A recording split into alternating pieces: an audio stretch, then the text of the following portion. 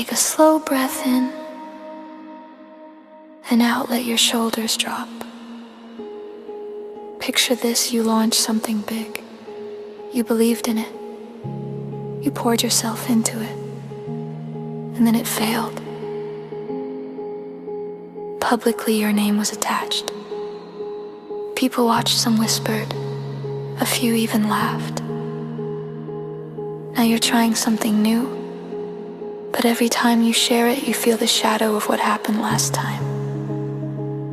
You second-guess your instincts. You shrink your voice. Here's what's actually happening. You're not just recovering from failure. You're recovering from what failure did to your identity. The part of you that tied your worth to being successful took a direct hit. And now your nervous system is protecting you, not from failing again, from being seen again. That's why your voice feels smaller.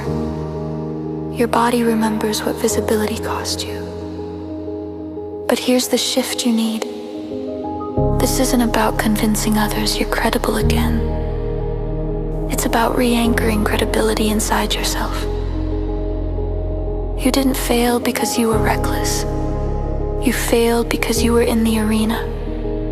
And the people who actually matter, they don't trust you less now. They trust you more. Because you're not theorizing anymore. You've lived it. So start with something practical.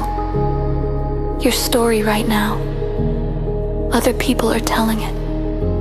They're simplifying it. Use it as gossip or a warning.